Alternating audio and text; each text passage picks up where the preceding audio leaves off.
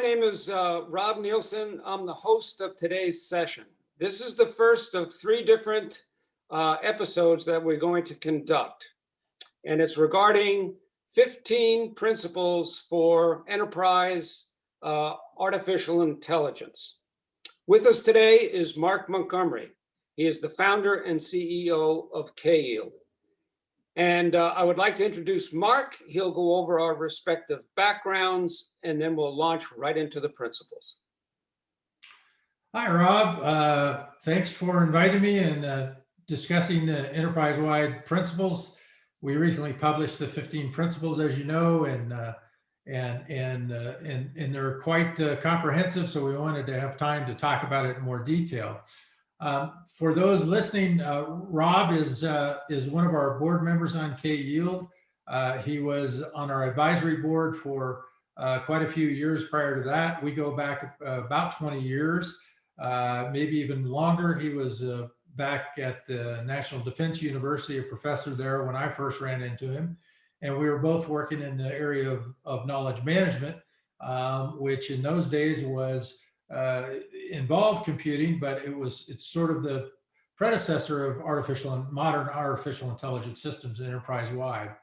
And so Rob has extensive experience in related areas. He was also a senior advisor at the U.S. Army after he was at NDU, and where he crafted the principles for the U.S. Army. Is that right, Rob? That's correct? Okay. And which was executed, if I'm not mistaken, at the Army. And this was what, 10, 12 years ago, something like that? Yep. Yes, it was, Mark. And it was, I had to get clearance from the Chief of Staff of the Army and the Secretary of the Army, and I briefed them and I got them signed out. So Rob has actually influenced how we do these scenarios and the principles and helped quite a bit. And at the end of this series, for those that are interested in seeing a scenario that we wrote that highlights each of these principles in action, just email us and I'll be happy to send you a copy. All right, let's start with first question, Mark. We've gone over what were your reasoning behind the 15 principles for enterprise AI? Why did you create them, and why did you publish them at the beginning of 2021? Well, as far as the timing is concerned, over the past couple of years, especially last year, a lot of organizations were starting to publish principles in enterprise AI. And many of them were not very detailed, some were ambiguous, and others were specific to a certain type of AI system. For example, there are technical principles relating to preventative maintenance, because that's where a lot of the adoption in AI systems are. Now, in our case, the KYield OS is unusual. Our R&D goes back for 23 years, and it's enterprise-wide at the confluence of organizations, humans, and machines. So it's much more involved than most enterprises, and we have a unique perspective on that. So I thought the timing would be good to go ahead and publish our principles. Thank you. The 15 principles can presumably be prioritized by each organization and management team for their specific organization. Could you please explain why your number one principle states that governance, ethics, and security should be built in from inception? Yes, thanks. From the very early time in our R&D, I was actually working in a lab in the late 1990s, an applied lab, and I was running large networks. And I was at the time in 1997, I was operating one called Gwyn, which is a bleeding edge, sort of a grandfather to LinkedIn. And it was very state of the art at the time, be primitive today. However, that's when I first conceived of the KYield theorem, which is underpins the KYield operating system. And from the very beginning, because I was dealing with data in these large networks, and it was a very intense time and hands-on approach, by the way. We built our own system and hosted them had our own data centers. And I knew that the architecture needed to be holistic. And I had a very strong sort of eureka moment when I realized that the sum of the parts argument would really apply here. So governance was integrated from very early on to provide a governance system. We call it the CKO engine, and that is how organizations provide permissions and set up security measures. Also, some options on curriculum and other functions in the governance, and that's enterprise-wide, that's system-wide.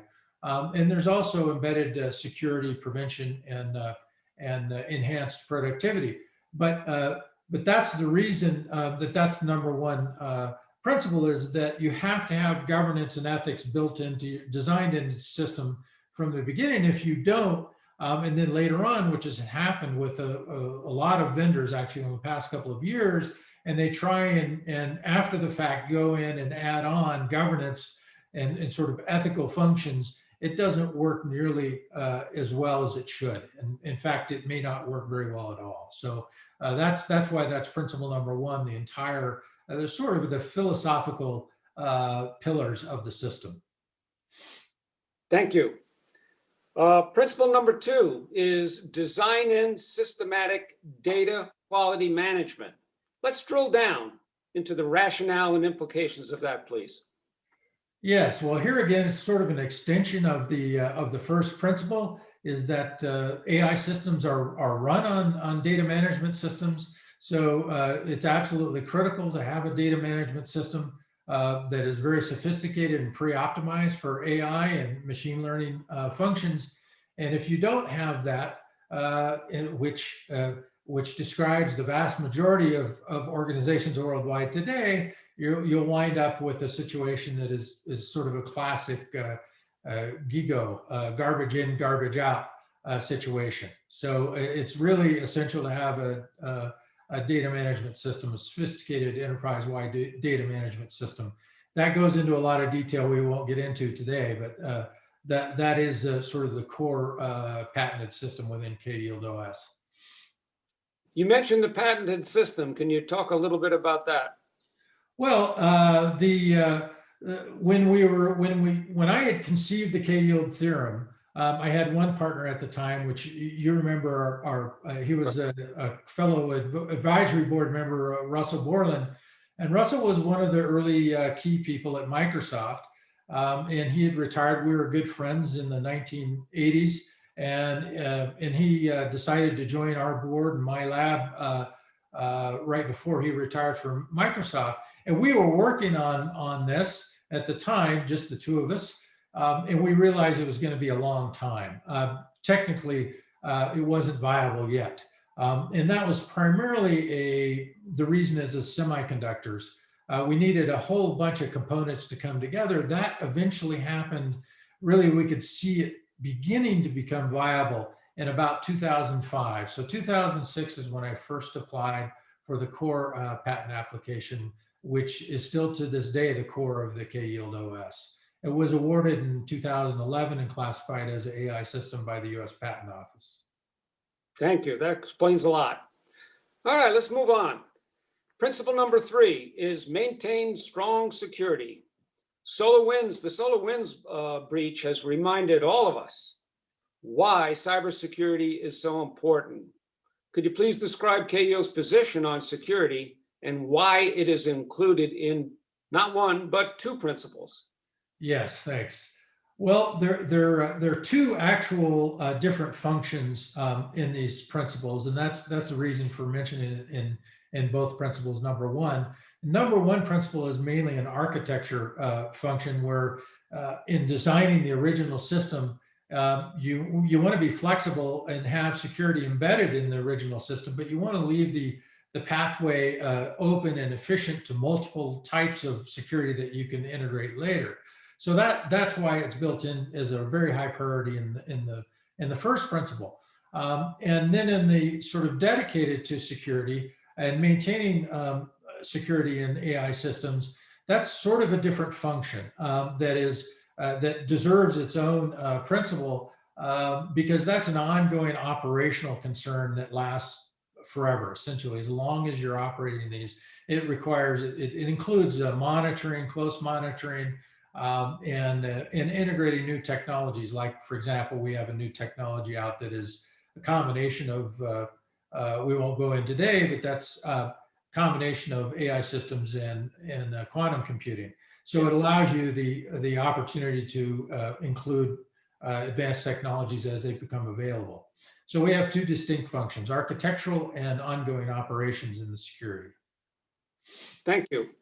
The last principle we're going to talk about today in episode 1 is embed integrity throughout AI systems. Can you explain from your point of view why integrity is so important in AI systems? Sure.